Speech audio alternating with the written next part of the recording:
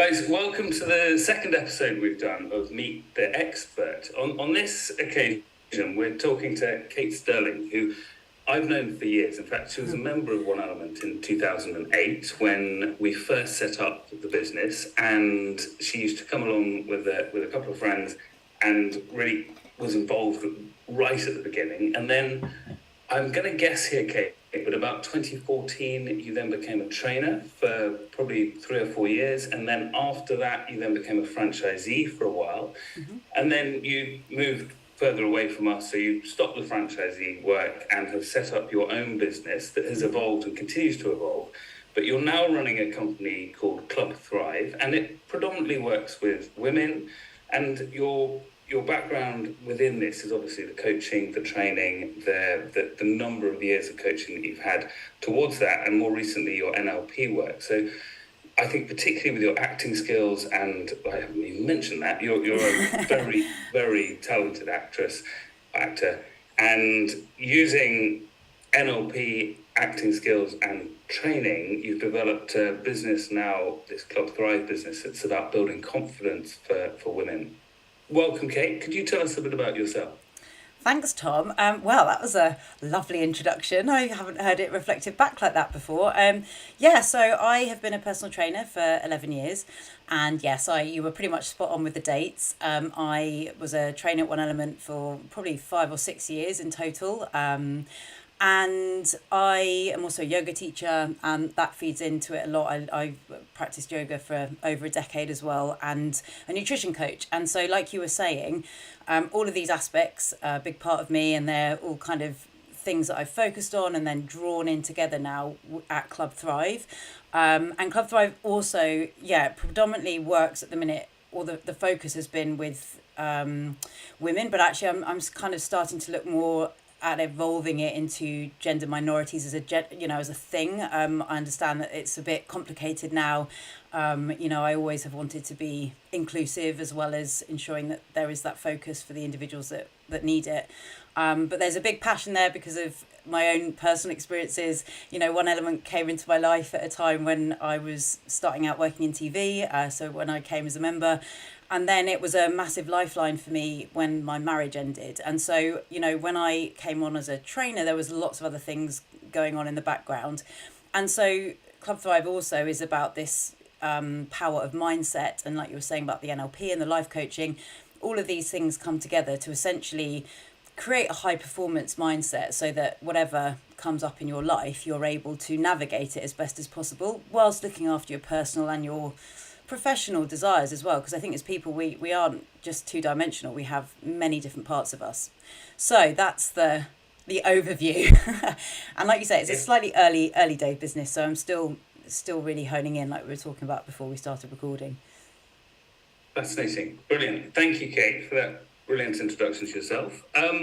So what we're going to talk about today is habits and building confidence. And I think this could be a really exciting concept. I'm pretty sure we'll only be able to cover it on a pithy level, and I'm hoping that in the future we can dig in and dive into this concept and this idea with more depth and in further detail later on. But to start off, we're fundamentally talking about the brain and building habits. So when we talk about the brain, I think it's quite useful to use metaphors. And more recent, in fact, everyone who's ever talked about the brain has tended to use metaphors. And recently, there's been the chimp paradox concept of the midbrain and this sort of amygdala, this brain that is driven like a chimp. There's also, there are a series of ones. Freud used one about the sort of horse and cart and not being able to control the horse, and then having a sort of old man in the back telling you what to do. So having the id,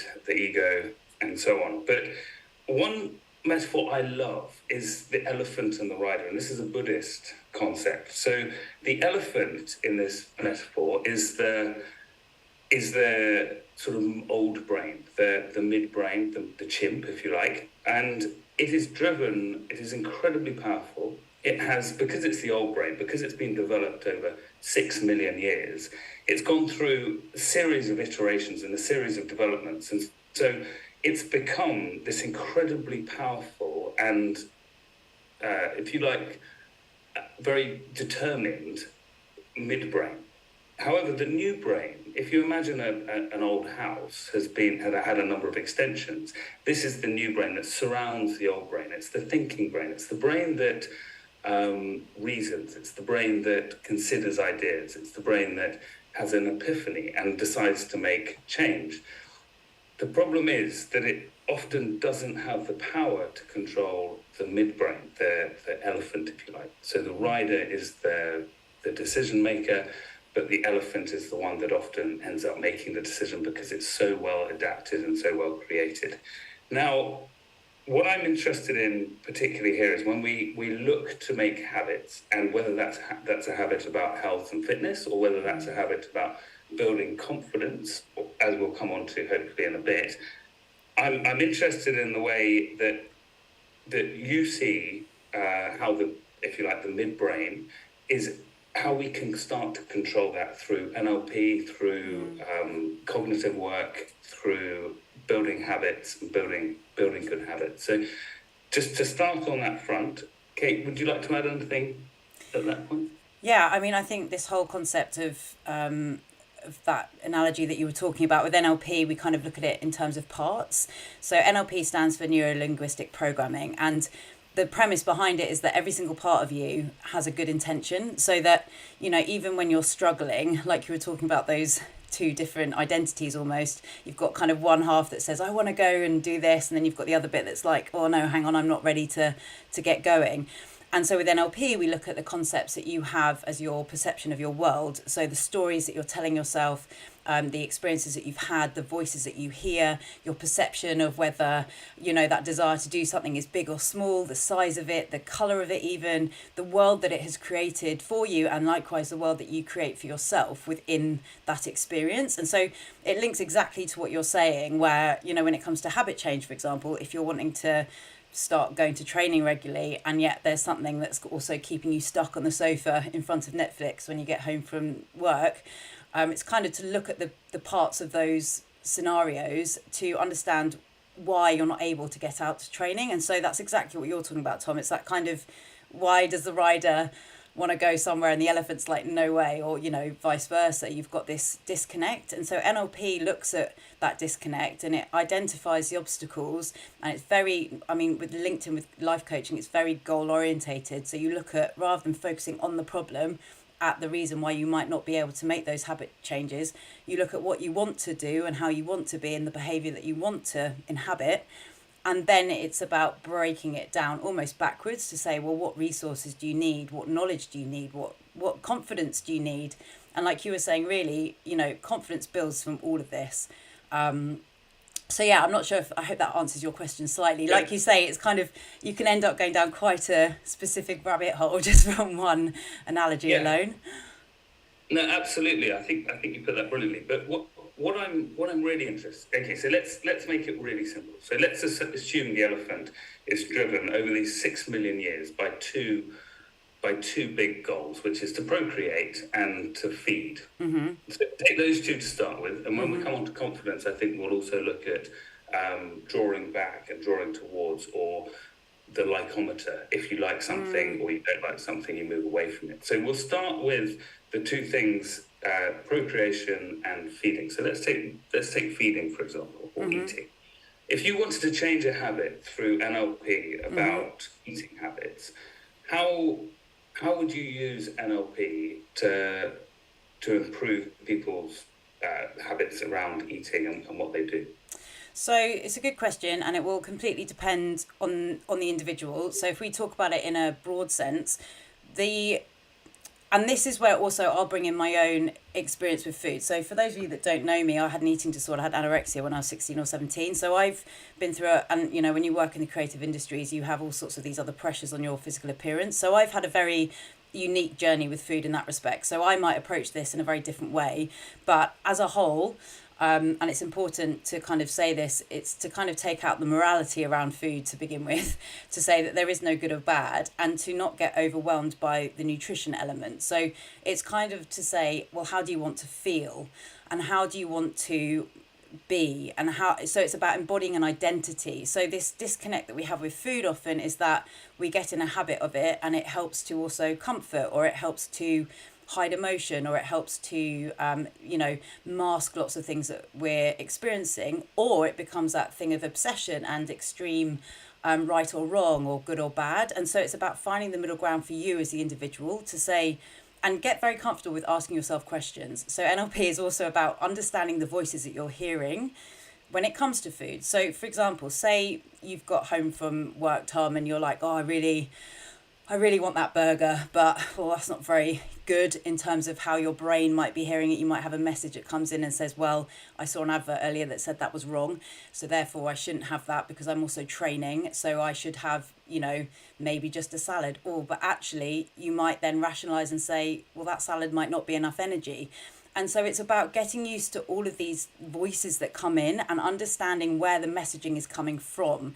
So obviously as humans, we're programmed to eat, like you say, and it's evolved over time. And we naturally, if you look at kind of bringing up children, we give children food for comfort. And so it's natural that as adults, we also have that as a connection. But then there is always this next step of, well, what are your actual goals? Is it that you want to up level your performance on the training field? Is that going to be a goal for you? That's going to be very different to someone who might literally just want to improve their nutrition a little bit. So it really depends on the goal and the motivation, and getting very clear on that and getting very honest. For example, if weight loss is a goal, I think we're living, and I've talked about this a lot on my podcast, like we're living in a time where it's quite complicated now with weight loss. You've got a lot of people that say, well, we should accept bodies at any size, which is true. But you've also then got potentially part of a demographic that's saying, but I want to lose weight and I feel a bit bad about saying that because I'm meant to also feel like I want to accept my body here. And so what I say to you from an NLP perspective is be very, very, very honest about what you want. And sometimes it's not even knowing about how to do that with food. It's about saying, I want to feel like this, I want to look like that, and I want to be able to do these things. And then you can work backwards to say, well, how do I need to eat in order to sustain that? And then you can get into the finer details of nutrition.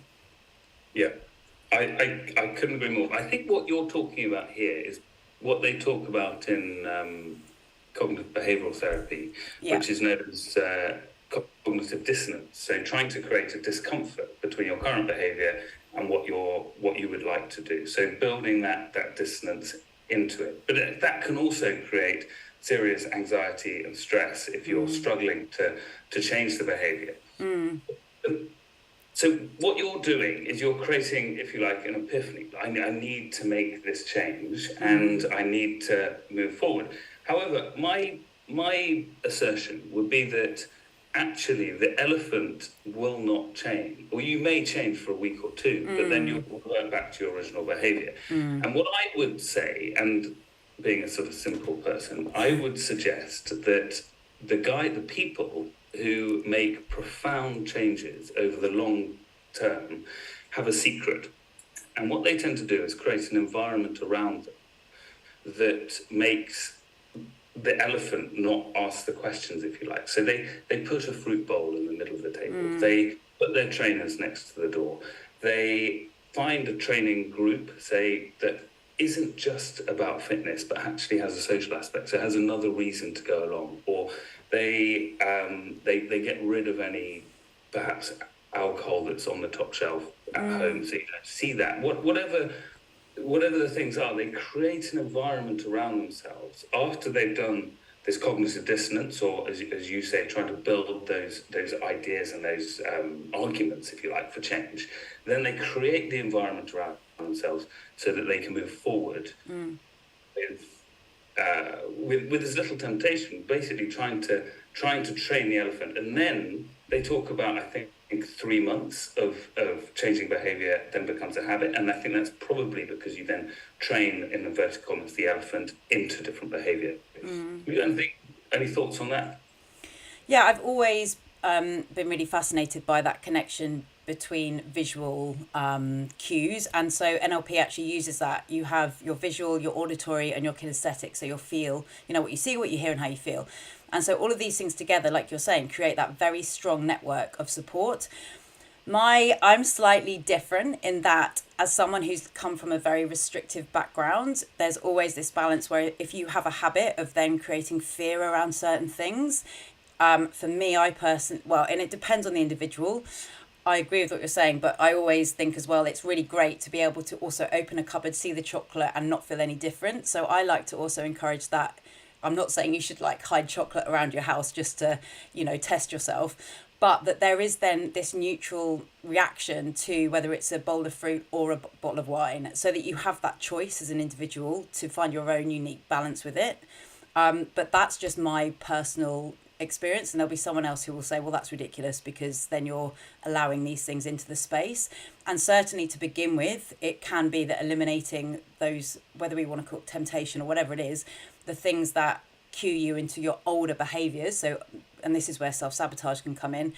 There are ways that can be very, very beneficial, especially to kickstart a new identity, because this is what it all links into as well, is that you are basically shifting an identity from someone who didn't perhaps eat fruit as a snack to someone who does. And that does take time. And this is where self-compassion comes in as well. It's a big component of it, is to, when you're figuring all of this out, is to not put blame or judgment on yourself. If you're trying really, really, really hard to make change and, you slip up in whatever term, in kind of inverted commas, is to not then say, well, it's all out the window. What's the point? And this is where that long-term game comes in, so that you can sustain the choices, the healthier choices, the happier choices for you, wherever you are, whether there's fruit there or not. Yeah, absolutely. I think that's what's referred to as the cycle of change. So you have you have a decision, or ideas feed in. So the cognitive dissonance, you have a decision that you're going to make change, you action the change, you maintain the change, and then sometimes you fall off the wagon.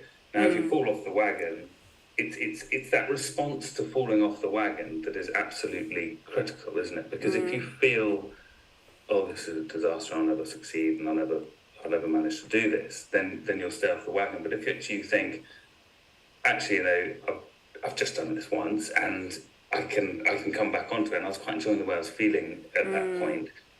And then you're going back to training the elephant in doing it. But fascinating. Shall we move on to confidence now? Yeah, sure. Yeah. Okay. So I think coming back to this elephant and the rider concept, we've got the elephant. So again, imagine this has been evolved for 6 million years. In fact, it has been evolved for 6 million years. And if you were going to design let's say a fish, and you wouldn't give equal measure to, I suppose, food, if you like, or a predator, it would be much more powerful reaction to seeing a predator than getting food, getting a bit of seaweed, because there's going to be more seaweed or more fish, whatever you're eating, in the ocean. But if you get it wrong with the predator, you're out of the food chain. So your reaction to fear, your reaction to worry, which is why we tend to, as human beings, we tend to, the elephant rather within us, tends to focus on this negative and fear avoidance and so on in the way we perceive the world.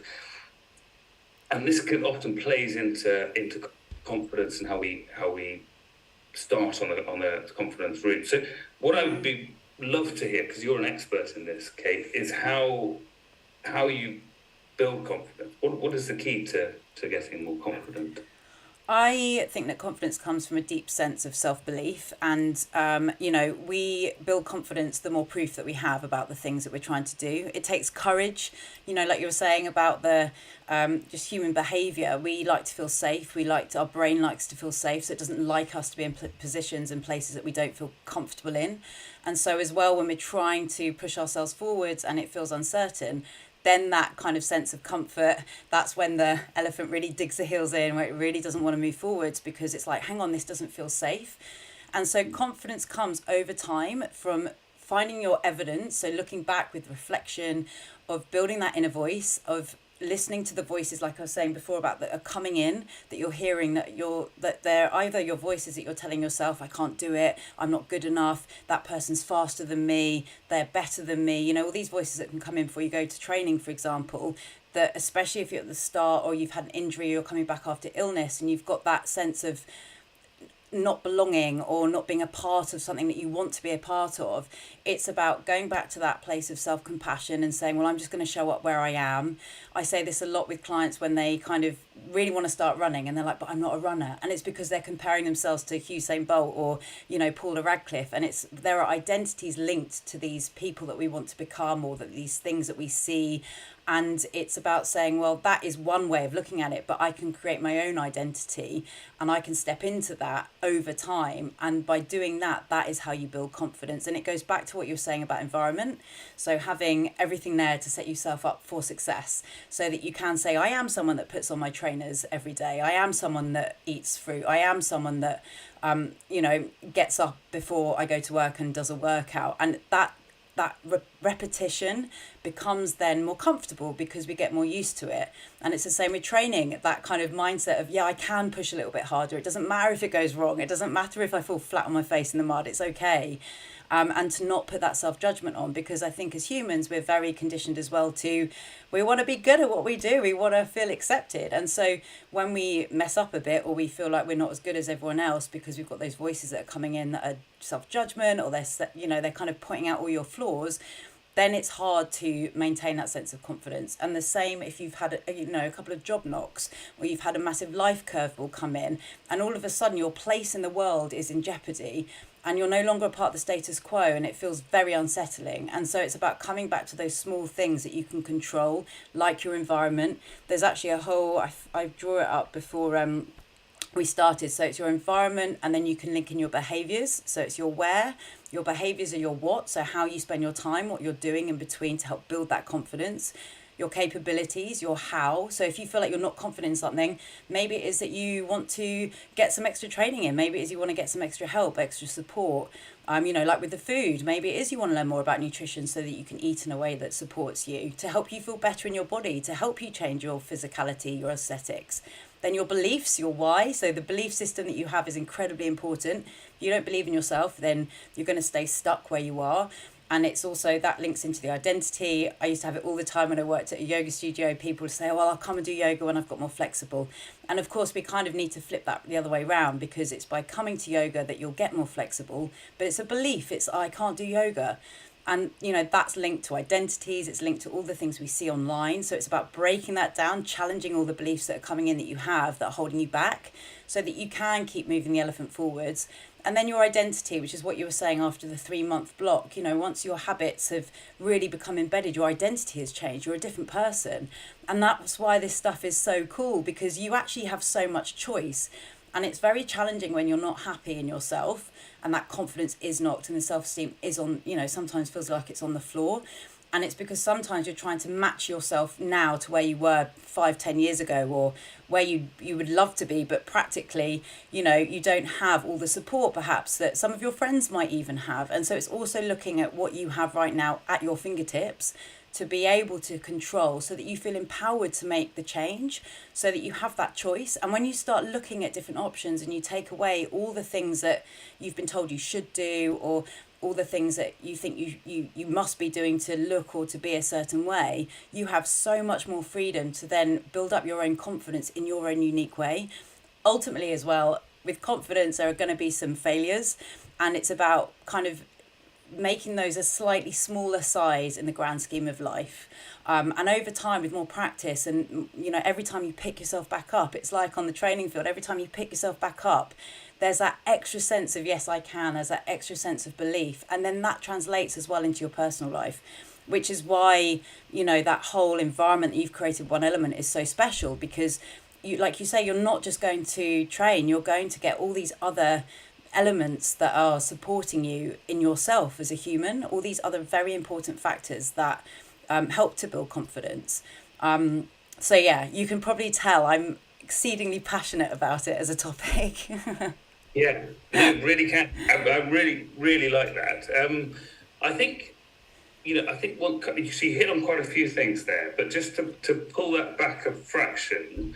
Um, so, firstly, I think confidence, whatever it is. I mean, confidence could be around kicking a ball through a set of posts. I mean, Yeah. there's just read a very good book by Dan Carter, and he was saying if he's on form, he can kick the ball from anywhere. But if he misses three kicks in a row, he always comes back to right in front of the post so he can get the ball over. And so he build that confidence, and then that confidence seems to just work with him wherever he goes. From my perspective, there is an aspect of faking it till you make it as well. I mean, obviously, as you build more and more confidence, you start to almost be able to press play on the button. So whether that's a socially confident individual who can walk into any party and just chat to someone, there is an element of just building that, pushing those barriers back gently to start with. So just maybe visualizing it, imagine going into that party and talking to someone. From my perspective, I remember when I first launched One Element, I was really nervous about sort of public speaking and standing in front of a group of people, and there were only 10 members there on the first session, but I could hear my voice breaking, and I was certainly not confident at all at that point. And what happened over a period of time, because I had to go and do it, and because I had to push myself into this space, is gradually it became a sort of, I describe it as like pressing play on a cassette player, and the session almost just comes out without me really thinking about it. And then the confidence of that is fine. And now it's about working with the individuals and the groups and trying to build their confidence within the session. So from my perspective as a public speaking aspect, I mean, it's not really public speaking, but, talking to 10 people, I needed to build that up and become more and more confident on that. I think for everyone, it's always a work in progress from what I understand from confidence. Like you think you maybe can feel completely confident, then you get knocked back, and then it's about these building blocks to get back up. And that maybe, if we're using the analogy of training the group, it's coming back to a small number and then building up again and feeling more and more confident in that section. And then there's obviously, I think you talked about this a moment ago, but finding those positive cues within what you're doing. So that might be, if it's public speaking, it might be the reaction of the audience. But if it's behavioral change or building confidence in fitness, for example, it may be seeing the positive cues of what this is doing to you, but also, I think even more powerful, what's happening at the session. So that sense of euphoria, that sense of achievement, that sense of effort that goes in, that you're then pulling those positives back into the system that are reinforcing this behavior and what you enjoyed about it. So when you go home, you think, I actually really enjoyed that so amazingly, and that's something that you can take forward. Any more thoughts on? Yeah, what you were talking about, visualization, is a big part of my approach, and I'm a massive fan of it. And like you were saying, it kind of helps you to almost live through an experience before you've even had it. And I always say to people with that public speaking, it comes a lot up with people who are auditioning or going into meeting rooms regularly, or networking events, is to try and find out as much as you can about the venue before you're even going. So it's, we have so many tools now at our fingertips to get a picture in our mind of where we're walking into, and then you imagine, like you say, imagine yourself going into it. And it's the same for people walking into new gym environments or whatever. It's unfamiliar territory, and so it's practicing it in your head and deciding how you want to walk into that place. And especially even on a day, if you've had a bad day at work and you want to go to training, it's about saying, okay, well, how do I want to be at training tonight? Am I just going to be a bit quieter today? That's okay too. What do you need to do? It's like going back to what you're saying about the push and the pull. What do you need to do to show up as a very, very, very best version of yourself in that moment? And it's walking in with a bit of a game plan, even if, like you say, you haven't got a clue what you're doing. I like a bit of faking it till you make it. Sometimes we do have to do that to push ourselves out into that, into that world when we don't feel like we're at our very best, which happens. Confidence goes up and down, which is why I saw a great analogy the other day where, your self-esteem, your self-belief and your self-worth, that's the thing that you can maintain through looking after yourself, through your thoughts about yourself, through as many well-being practices as you can, because confidence is going to come and go. It's, you're going to have good training days, you're going to have bad training days, you're going to have good days at work and bad days at work. And it's about not allowing the bad days to drain the battery of your confidence to a point where you then can't keep going. And that comes from that. Sometimes you do need to put on that face. I mean, I'm sure you've had this, Tom. It's raining, you don't want to be out of session, and you show up with your kind of best self. We all have those days at work where we don't really want to be there. And so it's also about saying, right, well, I've been able to do that in that environment. Let me try and replicate that in this environment that I don't feel so confident in. And that then also gives you that sense of, oh, I've done this before, that sense of familiarity to be able to draw on the skills that you need. So yeah, that's a really good. I'm glad you mentioned that. It's a really good way of going about it. Yeah, fascinating. It really well put, that Kate. I mean, I think. I mean, I'm always coming at this from a sort of fitness perspective. That's where I've been through, and I think we have this concept at One Element that people we have a washing machine effect. So people join, and then we've got about 6 weeks for them to maintain their membership or not maintain their membership. And really, this comes down to the two concepts we've been talking about today, which is habits and confidence. And there's so many things that feed into those two things around how people get on with the other members, how they enjoy the training sessions, how they react to stiff legs, whether they feel this is a good thing or they feel this is actually not great for their day-to-day life. And so we know that if we can build that confidence in those first 6 weeks, if we can build that habit in the first 6 weeks, the members will stay with us for 10, 15 years because they build a friendship group and they build all the other things that come out of that. Okay, if you don't mind, just to bring this to an end, what I'd love you to do is, I'm sorry, I should have probably told you I was okay for this. It's only just come to me. I want you to just imagine a person, an individual, perhaps a woman, perhaps a man, who is perhaps struggling with confidence going into a new job, or let's take that as an example, or looking for a promotion. That might be better. Looking for a promotion, maybe doesn't feel like they're quite good enough, and yet is delivering incredible results within the business. Perhaps isn't getting paid as much as their peers. How would you address that? How would you try to build that confidence into that individual to say, actually, you clearly are achieving this, but and the facts are there that they are doing well. How do you build that self-belief to actually agree with those facts that are clearly there and they're not being able to see? So this is where the life coaching comes in, and coaching in that respect really believes that you as the individual, or whoever we're talking about here, has the answers within them. And so it's using a combination of reflection and helping them to see their value. So realizing their worth and the achievements that they have done, because I think as individuals, we're not very good at celebrating ourselves. We're kind of constantly cracking on for the next milestone. So it's actually taking time to realize and say, wow, look at what you've achieved. So I would essentially, it splits it into parts. What we would look at first is what they feel right now. It's very important to confront everything that's going on, all the challenging stuff. It's really important. I'm a big believer in bringing everything to the surface. That helps to identify all the limiting beliefs, because that individual probably at the back of their head doesn't believe that they're capable of the promotion. They don't believe they deserve the promotion. Maybe they don't feel like they have the skills. There's a lack of belief in themselves somewhere. So a big part of it is identifying that, and you can discover this yourself by asking yourself questions. What am I scared of? What do I not believe in? What am I thinking here? And also identifying the voices. Is it that you've got something in your head that's from a parent or a friend 20 years ago that is so embedded in your mind that you've not been able to move past it? So that's kind of the first stage.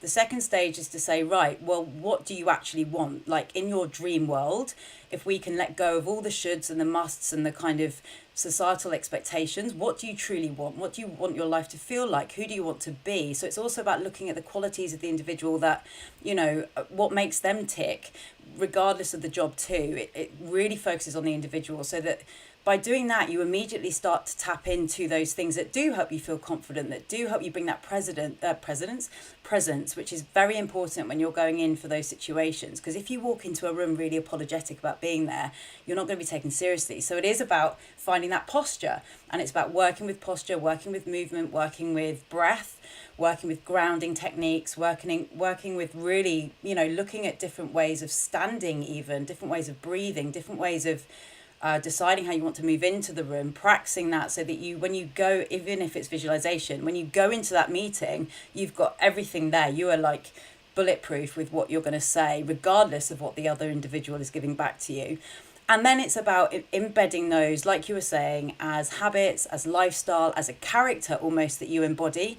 And sometimes actually it's a really good way to do it is to choose a couple of different characters, or even celebrities or people that you admire. So whether it's sports people or people that you work with, and say, well, what would it be like to try this from this energy, or from this character, or from this, I don't know, even if it's like a Disney character or whatever. What is it like to walk into that room as Pocahontas, to say, I'm going to get this job, please, because this is my proof, and this is what I want. And obviously then there's a balance. You have to consider that the industry that the individual's in, there's always going to be different parameters to consider. But at the end of the day, my work is about helping the individual walk in with as much belief in themselves as possible, so that if they don't get what they want, it's not as a result of them, it's a result of other people not being able to give them what they want. Because you have to take responsibility as well. It's about also being autonomous with your choices, and saying, well, actually, if they're not going to give me what I want, maybe actually I deserve to go somewhere else. Maybe they don't deserve me. And so it's also not just assuming that you as the individual aren't, in the right. Yeah, absolutely. I think that answer there has raised so many questions. We could go on for another hour. I'll just cap the questions that I would have asked if we were going to carry on for another hour. But I love the idea of what do you want, because I think, society says we've got this greasy bowl we've got to climb all the time. And actually, that can be a more powerful message than what do you really want, because it may be that you don't want. You don't want this promotion, because it means a completely different world for you and your family, and the implications that has. It may be more money, but maybe that isn't what you want. So establishing what you really want is absolutely key. But if you do decide you want to do it, then I love the idea that you then mentioned about subliminal messaging. This idea of standing tall, shoulders back, confident, belief. And it comes back to this faking it till you make it. So walking through the door, believing you're going to be okay, believing you're going to achieve this. And that sends a huge message to your brain and the way you behave. But it also sends an enormous message to the panel or the individual you're going in to talk to, and gives you a real strong footing. And also creating the character. So creating that image of this individual who can do it and who has achieved it, and then trying to replicate that. Not just physically, but also, I suppose, intellectually or verbally, and all those other cues. So not just standing tall, shoulders back, but actually being able to talk clearly and concisely, and being very direct and about what you're looking to achieve. Brilliant, Kate. Really enjoyed that chat. Is there anything you want to talk about before we wrap this to a close? No, thank you so much for having me on. And I do have a podcast that goes into more detail about all this stuff, very originally, called Club Thrive, the podcast. So if you want to check out more about it, then you can definitely go and check that out. There's a lot more on what we've spoken about today. Fantastic. Well, we'll get a link onto the website, so people can, or onto the YouTube video, so people can dip into that as well. Some fascinating insights from you, Kate. So thank you so much for your time and thoughts and brain that we've experienced, and looking forward to chatting to you again soon. Thanks, Tom. Pleasure.